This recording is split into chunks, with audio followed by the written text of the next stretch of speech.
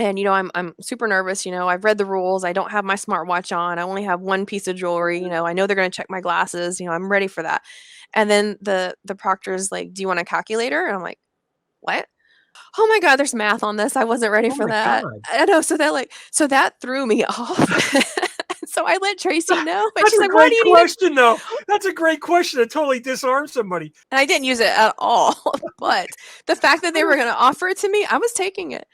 This is 911. State your emergency. Hello? I can't help you if I don't know where you're at, honey. Where are you at? Where are you? I need as many units as I can get for Fairfield Road. Give me the numbers. 911, what's your emergency? Hey friends, it's Fletch. I'm Vice President of Public Safety Solutions at 911 Inform. Welcome to this new podcast series, Off the Cuff, Confessions of an ENP. Brought to you by 911 Inform, delivering next-generation 911 services for the enterprise today and making every second count. In this series, we're going to be talking to ENPs that have been on the job for years, as well as those brand new ENPs that have just passed the test. We'll dig in and have an in-depth conversation and find out what the ENP certification means to them. We'll talk about why they did it, what it means for their career, and what they did to pass the exam. Industry certifications are important to industry professionals, and the ENP certification is one that's admired by many in public safety. So join me as we find out exactly what makes an ENP tick in this off-the-cuff podcast series, Confessions of an ENP. Hey, it's Fletch. Welcome to this episode of Off the Cuff, True Confessions of an ENP. And I've got a great one for you this time. We're talking to Erika Lakey, who has got a deep and sordid past from Central Florida down at Osceola County Sheriff's Department. She's a brand new ENP. Welcome, Erika. Thanks so much for being on the podcast. Thank you so much for this opportunity. Oh no, I have a whole pile of dirt on you that I've been collecting for the past 2 weeks. And I've got photos that I'm going to show.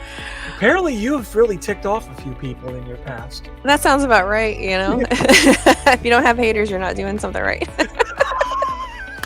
That's why I've got a lot. So do I need an attorney present? I don't know. Yes. So you're down in the land of the mouse, just south of the land of the mouse. Oh yeah. Down in Kissimmee. How's life in Central Florida? It's definitely growing, and we get to see that every day coming to work with the traffic. But no, it's fun being part of, one of the fastest growing counties. It does come with a lot of challenges, so I think that's very important that the first responders are part of that conversation anytime you're in a growing county like this.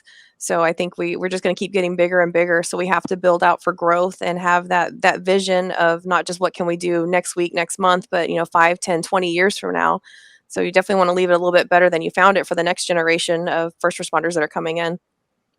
It's I used to live down in Central Florida. We were talking before this. I gave you my little sordid past there. Please don't do an NCIC check.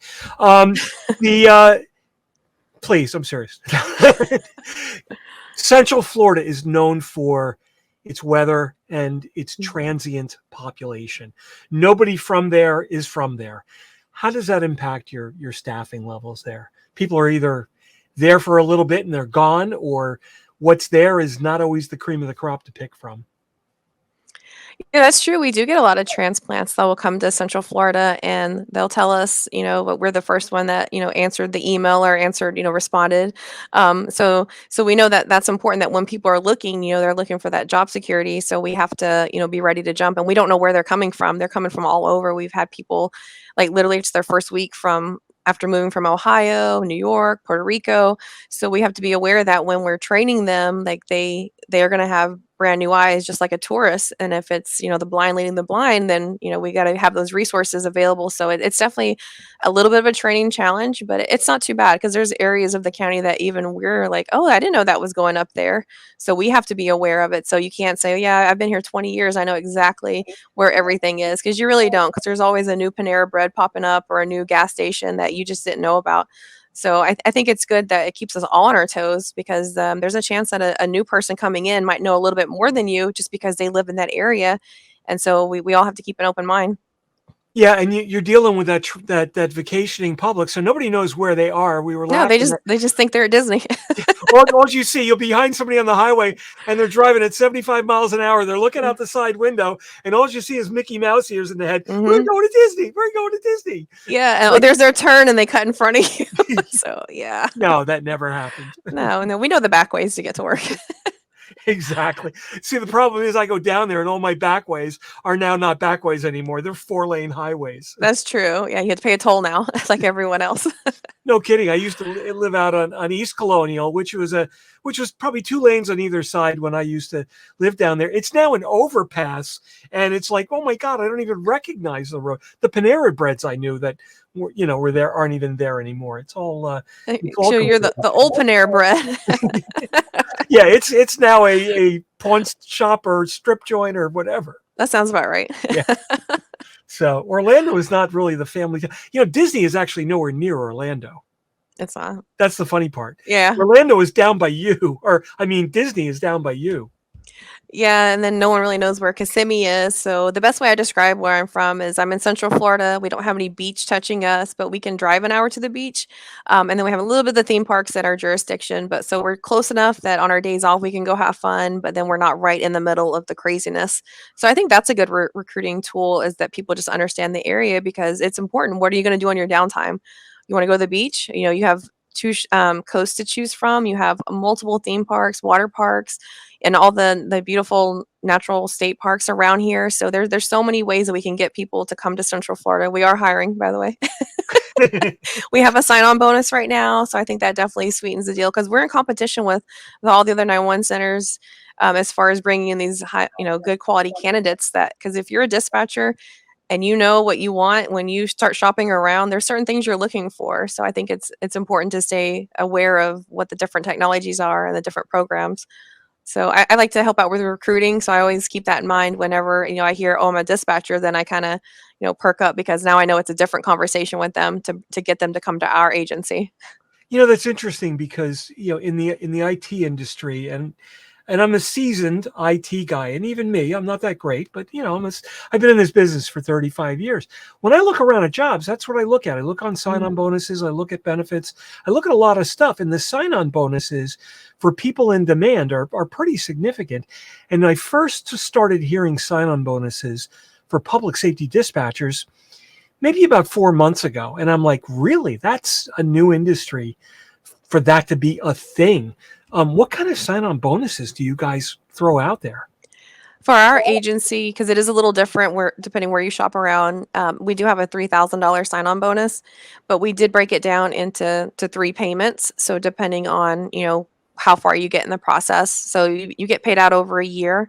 And then if at any point during the year when you sign your contract, you understand if you voluntarily, quit, then you would have to pay back the money. But then if the training doesn't work out and you are released, then you wouldn't have to pay it back. So they fully understand what they're signing up for. And I think that's important too, because it does sound exciting to get $3,000, but then it's 1,000, after this part, and then the next 1,000 and the last 1,000. So they know, hey, I actually have to pay attention to the training and so I don't have to pay it back. And then other places, I'm not sure if they have that staggered or that tiered payout as well, but I would imagine it's pretty similar. And then some places, even $2,500. Well, 3,000 always sounds better. So they're looking at the bottom line. So I know other agencies are using us as an example to say, hey, Osceola has a sign-on bonus. Can we get one? Because we're in competition. They're going to look over here and go to them. So we're always trying to see what everyone else is doing so we can stay very competitive. Yeah, it's interesting. So do you find you've got a better pool to select from because Central Florida is such a popular draw for people that are relocating? I mean, you relocated yourself, right? A long time ago, but... Yeah, I did. Yeah, I'm not a native here. But yeah, I think we do have a pretty good group that come in. So there's one guy that's a native. He lives out on West 50 by where the orange groves used to be. He's like 93. He was an original Central Florida guy. Oh, And I think wow. he's the last one. Oh, I Everyone else didn't is know a that. yeah, That's cool. everyone else Yeah. is a transplant. Yeah. Yeah, yeah. Even my husband came down when he was a few months old because his father was like the lead foreman in 1980 at Epcot when they were laying down the concrete. So Oh even wow. yeah, so that's how he got his beginnings in Central Florida. So yeah, we all come here for different reasons. So I think it's really exciting because we have such a diverse background and we can learn a lot from each other. And it definitely was culture shock moving from Tennessee to Central Florida. So, but it was exciting because then I realized there is a different world because I was in middle and East Tennessee, and then when the recession hit, I'm like, I got to go somewhere where there's always money coming in because I need a job. And then yeah, the mouse was hiring, so Yeah, no I loaded kidding. up my cats and we just drove down, and the rest is history. Loaded up your cats to move into the mouse. Interesting. That's right, yeah. So one of the other great draws of Central Florida, and I don't even know if it's still there, but do you advertise your proximity closeness to Hubcap World? What's Hubcap World? Oh, it's not there anymore. Oh my God. gosh, I'd have to Google it. What is that? Google Hubcap World in Orlando. Classic. Okay. It was a place. It was down. Um, I give you a landmark of what it used to be next to, but that's really going to show my other side that I'm not really ready to expose there. But it was on the South Trail. Just Uh, Google Hubcap World, and okay. you'll laugh. It was tremendous. So, what drove you into getting your ENP? Let's talk a little bit about why we're here today and what this podcast is supposed to be about. Because I You always know, seem to forget squirrel. about that. Telling war stories, right? Because that's the fun part. Why did you become an ENP? Yeah, no, I think it is important to hear the very beginning because I love hearing everyone's journey because we all don't have the same pathway.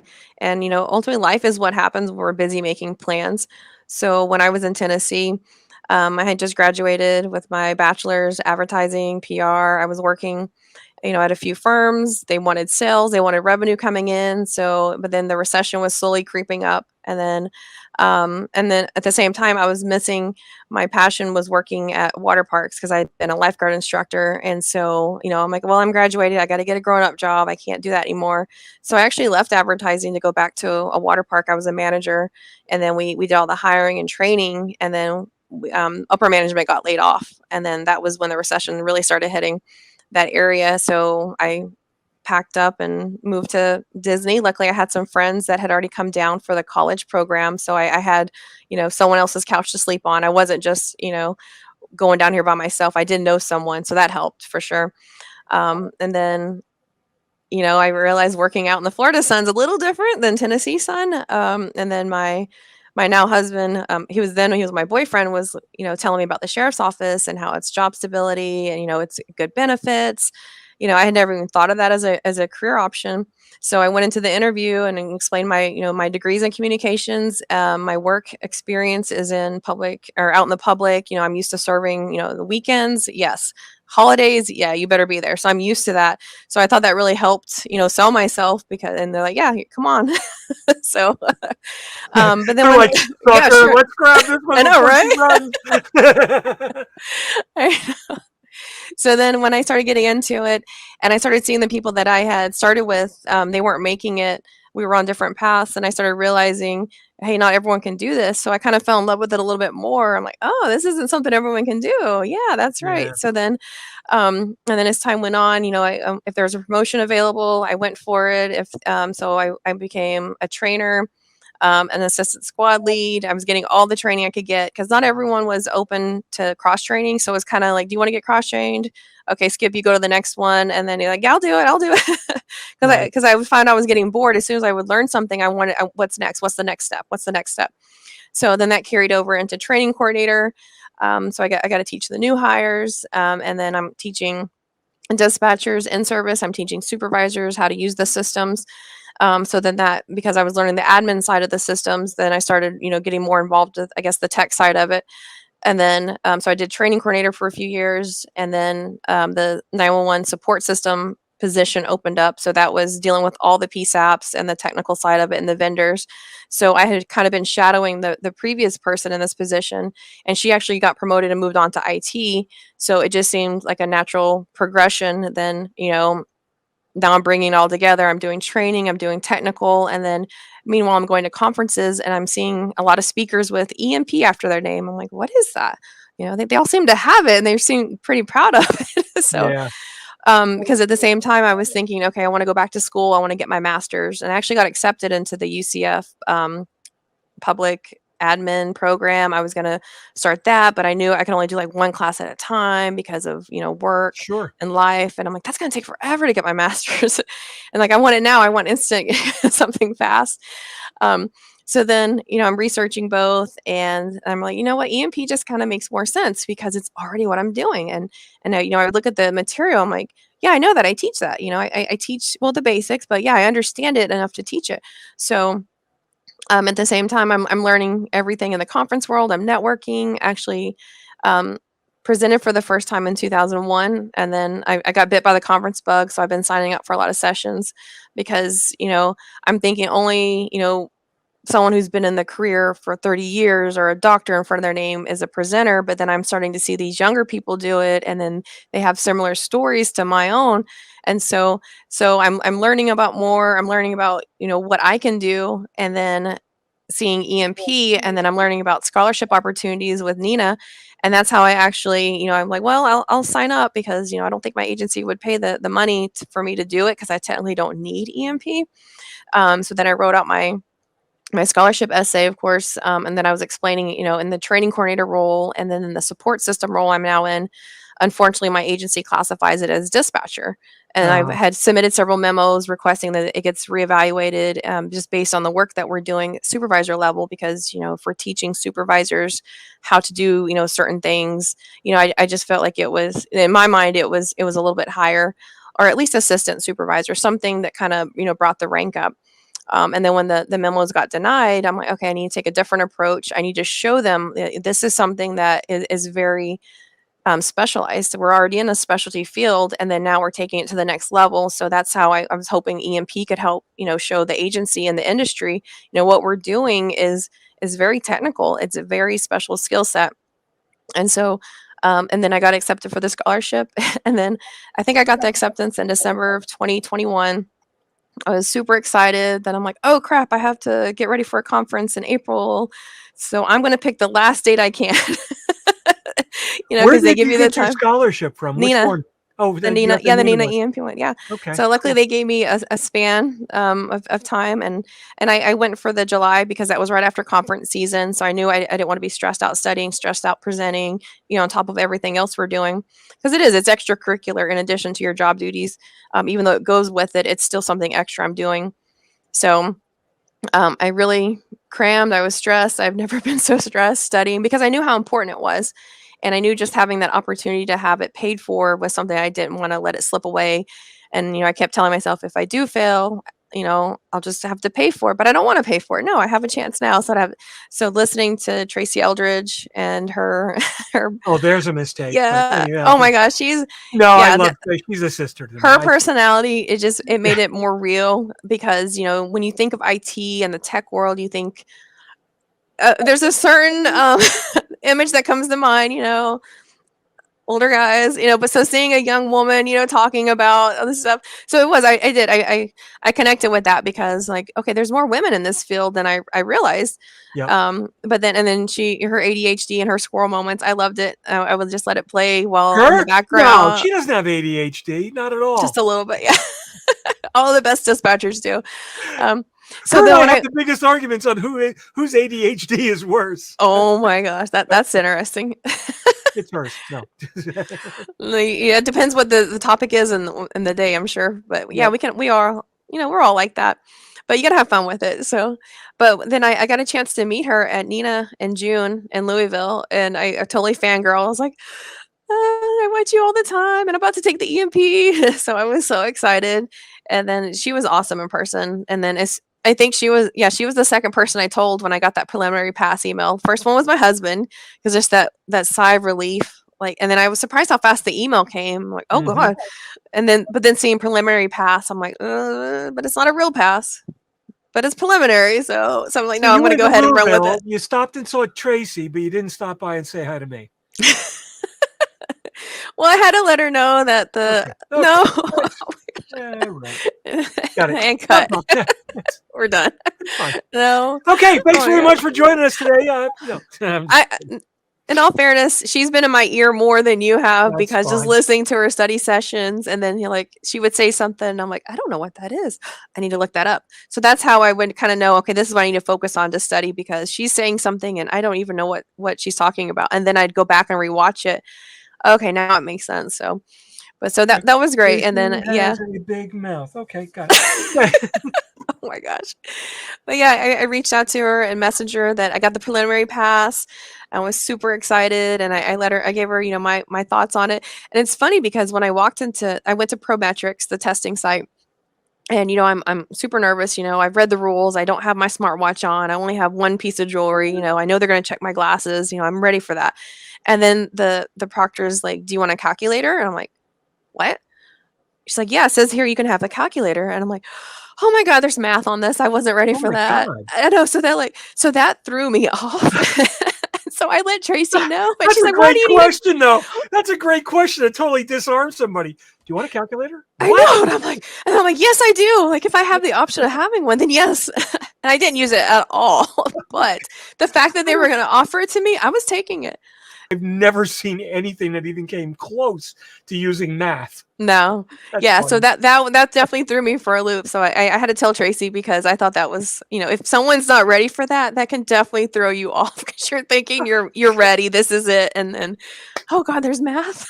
So, Oh my God. because meanwhile at Prometrics, it's a testing site, so there's other Yeah, tests going on, and I'm sure. seeing a guy take a stack of textbooks into his tests, and I'm like, that must be nice, be able to take all your books with you, and then, here I am with a calculator, and I didn't know there was math. So it That's was funny, and then I look over and there's a guy on his screen, because when you walk by, you can't help but notice the screen. I wasn't, looking, but I see like Oh, so a you giant. were so you were looking at screens. Oh, okay. You were looking at No, other screens. Okay. That's fine. it was familiarization. I was aware of my surroundings. So, I see. but there's like a giant mouth, like a diseased mouth. So I'm like, oh, I guess that's a dentist exam. I hope, because that's not coming up on mine. So it's quite funny being in the room with other test takers at the same time. So, because I got a dry erase board, and I filled that thing up. Like anything I wasn't sure of, I jotted down in, Oh in my case it would gosh. come up later, and it didn't. So, but just in case, it made me feel good to write it down, just in case. So then you have to turn in your notes so they can see what you wrote. So I filled that thing up front and back because I had two of them front and back, and I'm sure they Wow. just cleaned it, but yeah. And then, so the funniest part besides the calculator was I go through it, I'm in the zone, and I look, so 150 questions. I'm like, it's only been 90 minutes? Oh my God. I'm like, no, I'm not done. I'm like, so I made myself get up, go to the bathroom, get a drink of water, take a lap, and then, okay, I'm going to come back, sit Come back look at down, more and look screens. at, Right? yeah, Yeah. I'm going to see if there's anything on the way in. So then I come back, and Second then, look. yeah, and then I review some of the stuff that I think almost everything had a check next to it just because I was second guessing. So I went back and looked at everything, and I think I changed a few, just like, well, that doesn't make sense. Why did I do that? Well, no, no. And then, you kind of go back and forth. But yeah, but ultimately I got done really quickly. So that made me really nervous that I just flew through it. But then, you got to have that pep talk like, no, maybe it's because you know it, Mhm. I don't, isn't. So yeah, so when I saw the preliminary pass, I was really, oh my God, really? Like, and then at first I was scared to announce it because I'd heard, like one person somewhere, it wasn't really, and then it changed. But then I went ahead and announced it because I was so excited. That did happen. That did happen. Oh my God. It was a few years ago, and I'll tell you exactly what happened. The tests get looked at afterwards, right, from a statistical perspective, Mhm. and when one people, when one, a lot of people fail one question, right? Let's say you get a huge failure rate on one specific question. Mhm. They'll go and go, well, why did so many people fail that question? And they'll go back and they'll look at that question and go, oh, you know what? Maybe that was not the best answer. And maybe this one could have been right. So we'll allow two correct answers for that particular question. And we'll if you answered either one, we'll score it correctly. So that could happen. And that has happened in the past. And On this last one where there was a discrepancy, one particular question, it wasn't that they made a mistake, but when the answer key got uploaded into the system, it marked a bunch of incorrect or correct answers incorrect, because the answer key had like B period, but the answer was B. So it Gotta love marked everything that was technology. just Yeah. B as incorrect, because it was, because somebody uploaded an incorrect answer key. So that affected some scores. That's all. Nothing that would invalidate the tests, or, that's why the NIB uses Prometrics, to make sure that the test is fair, the test is validated, that everything is above board. So it's, it's like the little strip on the bathroom when you go to a hotel, sanitized for your protection. No, I can't complain about the actual test itself. Like it was pretty much everything that I had read and in the study groups and heard about. It's just the calculator threw me off. I'm like, why wouldn't they That's tell us great. about the math? Great. So now I try to tell it, because there's a few people that are trying to get their EMP. So I tell that story just so that they're not thrown off by the testing site. Because now that I have it, I think it's important that you extend the ladder back down and help those up that want to come along with you in your journey. And it's not for everyone. I get that. And it's funny, like trying to explain what EMP is to like the group of brand new dispatchers that came in. When I was introducing myself, I explained, it's a professional certification. I'm really proud because I just got it. And I said, I guess if I had to think, it would be like a master's or even a doctorate's in the 911 world. It just means I know a lot of stuff, but I also know there's a lot I don't know, and I'm still learning. So just trying to explain it to new people is kind of funny, because it's this is their first exposure to it, so I want to make sure it's Right. a positive experience. And and then when I let them know that I also do public education, and I said, I think it starts with the dispatchers. You guys need to know the technologies out there. So if there's something you don't understand, I'm more than happy to explain it, because if you guys don't get it, then you can't help the public, to the best of your ability, because you're not fully understanding what's happening. So I try to introduce it a little bit differently, to the new dispatchers. And then, of course, like the people that have been here a while, they might not have heard of it. If they're not doing the conference circuit, like I am, I'm a conference junkie. Like I'll take PTO and go, because it's fun. Like if you're going to vacation, might as well learn, while you're gone. But it's been an interesting, I mean, I just got it in July, but, just the building up to it, I think. And sometimes I can't believe it's real. I told my friend, like I still wake up and like thinking I need to study, and like, no, wait, no, I've already taken the test. So until that box came in the mail with the certificate, like it just, I didn't have closure that the test was over. So what'd you think of the new gift boxes? So they're new for this year. The NIB oh my worked gosh. hard on that. I was so excited. I know, I wish like someone had like filmed my reaction, because I come home and I see the mail on the table. I'm like, oh my gosh. Of course I took a selfie with it, because it was exciting, because there's not a lot of things we get excited about, I think. But for me, I was actually excited because it meant something. It wasn't like my Amazon packages I order and I'm like, yay, my new whatever's here. It was like, this is different, like I've earned this. So That's but right. yeah. And I even commented on that, because you put ENP after your Facebook name. I did. I was very proud. And then when I first did it after that preliminary pass, I'm like, I hope this doesn't bite me in the butt. So that's why I think I kept having the thoughts of like, it's not over yet until I get that final letter. And then when I got the email with the final letter, before the package, I was like, okay, this is the real deal. And then the package, just now it's, yeah. So then I ordered the special frame, and I'm like, 7 to Oh, good 9 for you. weeks. So I'm like, no, I want to hang it sooner. It's worth it. Those frames are incredible. I took the test twice. So my initial one, and then the first renewal, I took that. Now, because I'm on the NIB and I write the tests, we sit for the test every year as we do the new tests. So, but I don't get a certificate every 4 years like everybody else. Yeah. So I never really had the opportunity of getting those nice shadow boxes. Mine are just in, nice Kmart frames, but I'm Hey, it thinking about works. actually ordering one of those shadow frames. Yeah, It's a good investment, I think, because it's Oh something yeah. that, yeah, I'm like, I had my, I've had my degree at before, but I took it back down. Well, yeah, but then now I'm like, no, this thing's going up because it's nice. So I'm excited, and it's, yeah, because I see what it represents. It's not just that piece of paper and the expensive glass. It's to me, it's opening more doors. I'm seeing a whole other side of the industry that I might not have ever even known about. So that's why I'm excited, I think, to share the journey with other people because, when you can ignite that passion in someone else and they get excited, now you have someone that you can talk to, and you're not even like a mentor mentee. It's almost like you're equals because we all have different areas that we specialize in, and then just having those different strengths and weaknesses. So then helping my friends study for the EMP, I'll just simply talk about our systems that we currently have, and that way it's something they can understand because that's how I understand it. And then it's pretty much like if it's something we don't have, like you just have to find your own way to study it. And then for me, it was listening to the YouTube in the background. It was listening to different study groups and then seeing what other material I could get and then comparing notes and looking it up. So it's not going to be the same for everyone, and that's okay because where I've been in the support role now, learning the admin side of systems and then doing the training role, I think I had a different exposure. But I really geeked out over the legislation because everyone says like you don't really focus on that. There's only like 7 questions, but I got 6 out of 7 right because to me, that's the most important part of I think why we're doing what we're doing is it all comes from something. Doesn't So it suck not knowing which ones you got wrong though?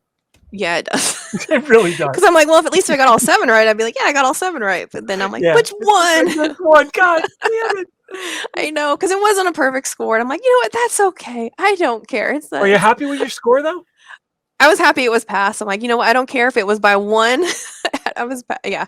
So, but yeah, I saw the breakdown. I like how it did break down, operations versus the technical and then legislation. So you kind of see, okay. So now I'm thinking, okay, when I go back and study, because I am going to continue to study, because I'm not done by any means. But now I know what my areas of weakness are. So I think it's a good opportunity to have that reflection and you're self-evaluating what your knowledge is. And I'm going to continue whatever I can. So yeah. So I'm actually going to start the RPL program, and Oh, then I'm going cool. to do the CMCP. So I applied for all these things, and I actually got scholarships for everything. And it's just crazy how it all happened like within like the same year. And it's funny because I noticed how people are getting EMP later in their career after other certifications, and that was like the first major one I got. And I'm like, you know what? That's kind of cool. So It's interesting. It depends where you can. I remember when we first started marketing ENP to the CMCP. So they start in the CMCP program. They towards the end of it, they say, "Oh, and by the way, as a follow-on step, you should start studying for your ENP." And that brought in a whole new group of people that had not looked at ENP before.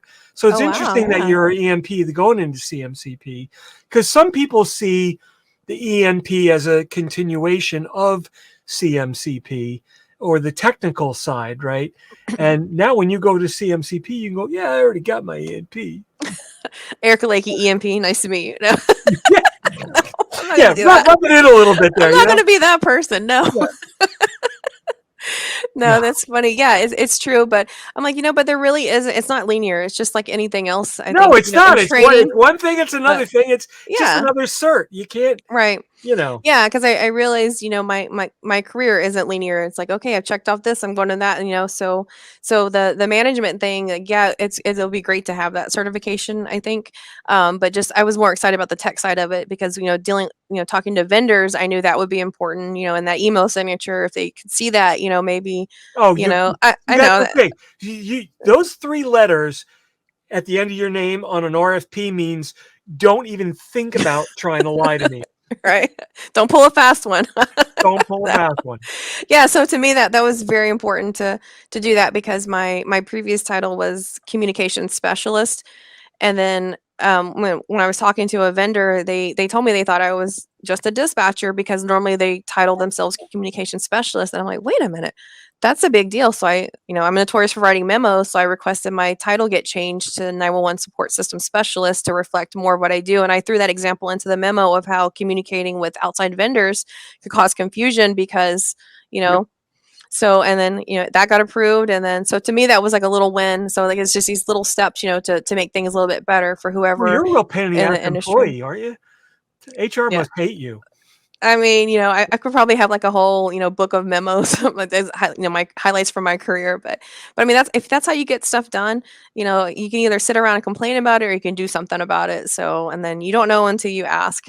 So so I have a wonderful boss who has that mentality. All they can do is say no. Like, you never know, just ask. And so I'm I asking. do have one criticism and one piece of advice for you, Erica. Okay. You really, and I'm serious, you really need to open up a little more and be more vocal No. about what you think, and stop keeping it all in here. I know. I'm shy. I'm actually not the most talkative in my family. Because my husband's in sales, and then our kids. So I joke I go to work to relax, to get away, because See, it's so crazy at my house. the one thing I like about your husband the most is that he's your husband, because that took me out of the play completely. Oh my God. Oh my God, he's my biggest cheerleader. He probably couldn't tell you one question that was on the ENP, but he just saw how excited I was, and he's like, "I am so proud of you." That's great. I know. So it made me so happy.